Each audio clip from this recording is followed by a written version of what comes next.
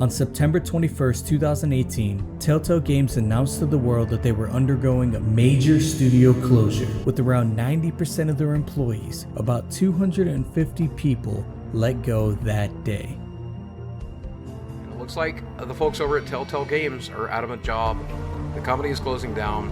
And a lot of games like Wolf Among Us OST is just never going to come up. Completely bankrupt.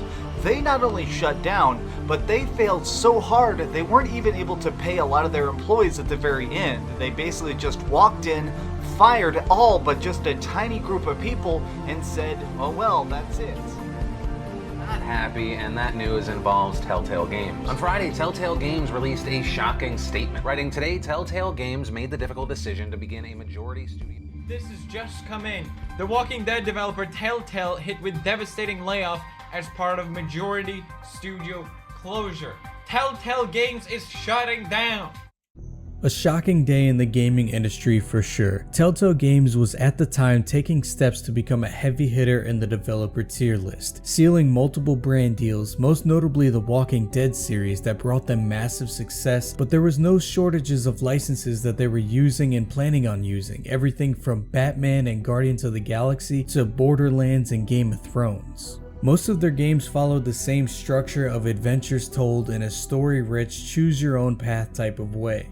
The games gave you a choice to make, sometimes under stressful time constraints that potentially changed the framework for how the games will play out. It was something fresh to gaming, a sense of involvement in the way that a story plays out, and most times a fantastic story to be told. The first Walking Dead game in 2012 was praised by critics and won many Game of the Year rewards from publications such as USA Today, Complex, Games Radar, and Official Xbox Magazine.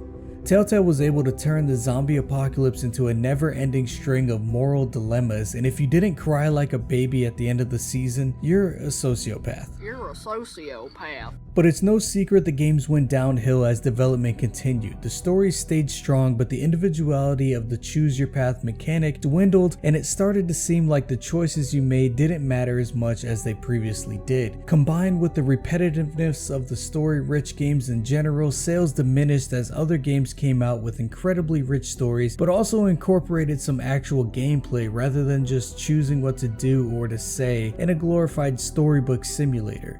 And as sales went down, the company's investors pulled out more and more money until AMC, the main funders of the Walking Dead games, completely withdrew their funding, causing the collapse of the company. With the company's demise, they wrapped up the final season of The Walking Dead and finished part of their contract with a new investor, Netflix, by porting the Minecraft story mode to the streaming platform. There were some projects in development that were cancelled instead of finished. There was a Stranger Things game that was planned with Netflix that was scrapped, as well as season 2 of their Game of Thrones game. But the biggest loss was undoubtedly season 2 of The Wolf Among Us.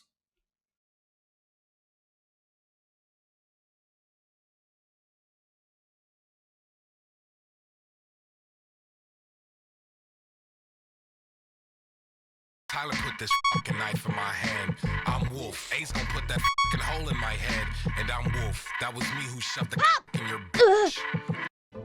Coming right off the tails of The Walking Dead, Telltale Games was going to prove to the world it wasn't a one-hit wonder. Their second attempt at an episodic adventure also happened to be based on a comic book source material. Comic books written by Bill Willingham, named Fables to be exact. The Wolf Among Us is the game that was delivered to us, and The Wolf Among Us is without a doubt the best game Telltale Games has ever and will ever release. The backstory of the game follows the canon of the comics. It features various characters from fairy tales and folklore who refer to themselves as fables. These characters form a community centuries ago within New York City known as Fabletown, after the homelands of their stories was taken over by this deadly entity known as the Adversary. The fables hide their presence from native humans, who they call Mundies, by using an enchantment called Glamour, which allows them to take the form of humans. If they don't use Glamour, they're taken to a rural community known as the Farm. Get a Glamour or go up to the farm. It's not complicated, Colin. Lectured by the big bad wolf. He must have loved that. The game takes place in 1986 as a prequel to the comic book storyline. You play as Bigby Wolf, formerly known in the homelands as the Big Bad Wolf. In Fabletown, he's the cigarette-smoking, whiskey-drinking sheriff to the Fables. The story to the game, told in Telltale's episodic fashion, starts with a murder in Fabletown, the first murder in decades. Bigby Wolf is investigating the murder when another murder in the same MO happens, so now he's looking for a serial killer of Fables. He dives into the criminal underworld of Fabletown to try to get to the bottom of what's going on, and he ends up finding out secrets and eventually the truth. I want to keep the spoilers to a minimum because I really recommend that you check this game out. The game is character rich, atmospheric, and is written flawlessly with respects to the comics. It isn't the most action-packed game. In fact, all the action is just quick-time events as per usual in all Telltale games, but that doesn't make it any less engaging due to the strength of the narrative.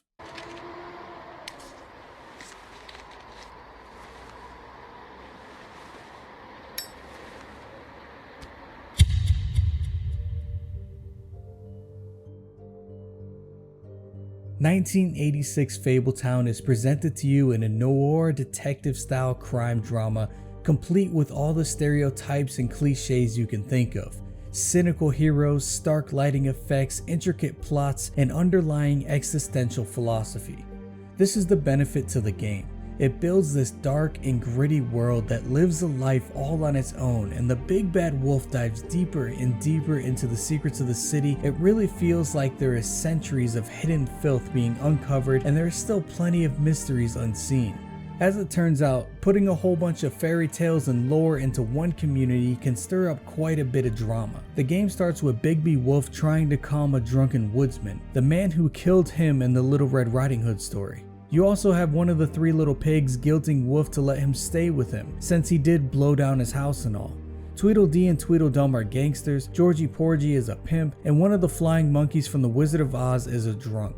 The characters are really what drives this story. There is a class difference between fables. People like Snow White, Beauty, and Ichabod Crane are wealthy, and they don't have to continuously spend their money on glamour since they are humans from the stories to begin with.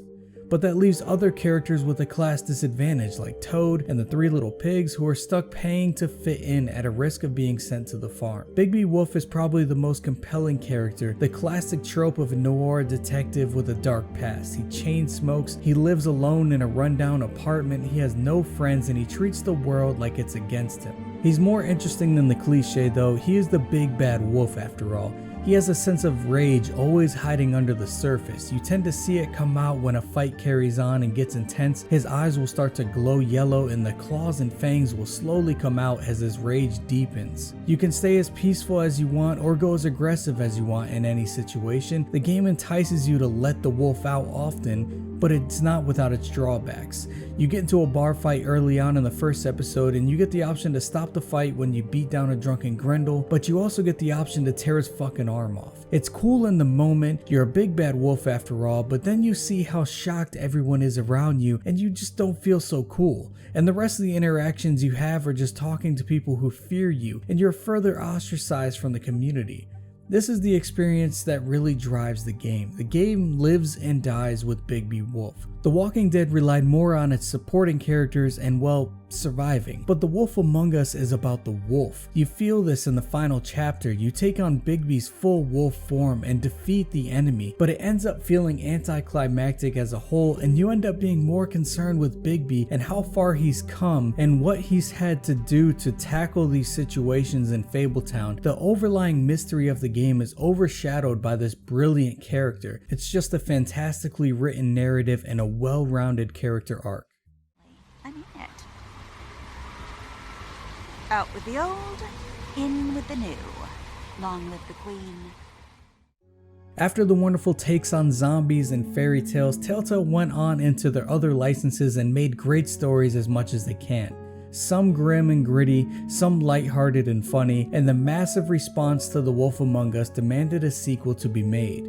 Telltale already had obligations to games like Borderlands, Game of Thrones, and Minecraft, so development of The Wolf was pushed back, but in July of 2017 at San Diego Comic-Con, Season 2 of The Wolf Among Us was announced, and the cult following of the game celebrated to the masses. Originally set to be released in 2018, it seemed the project was rolling. Even the voice actors for Bigby and Snow White returned to the studio. The second season would dive into Bigby and Snow White's narratives and continue the prequel storyline leading into the status of their relationship as what it is in the comics, which is together with many children.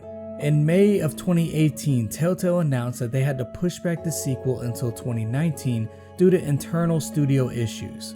And in September of the same year, they disclosed that they would be shutting down for good, canceling The Wolf Among Us, among other projects mentioned earlier. The hype rose, the hype stalled, and eventually the hype crashed and burned. I mean, your eyes and the teeth, you're not really supposed to do that, are you?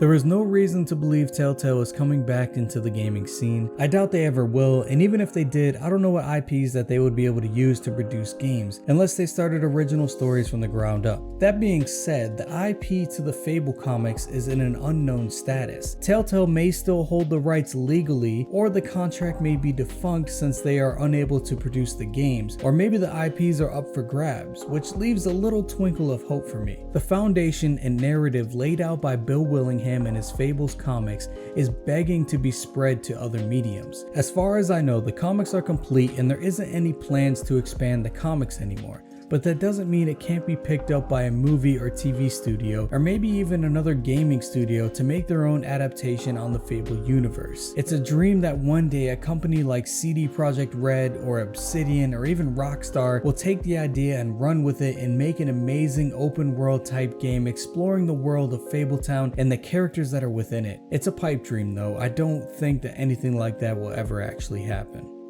How do you feel about The Wolf Among Us? Have you played it? Are you a fan of the Telltale games in general, or is that type of game not really your style? Let me know in the comments below, and as always, thank you for watching. I appreciate every single one of you that takes the time to listen to my ramblings about video games and whatever I happen to be talking about. Leave a like if you liked it, and subscribe if you want to see some more stuff like this. I do hope to see you next time. Peace.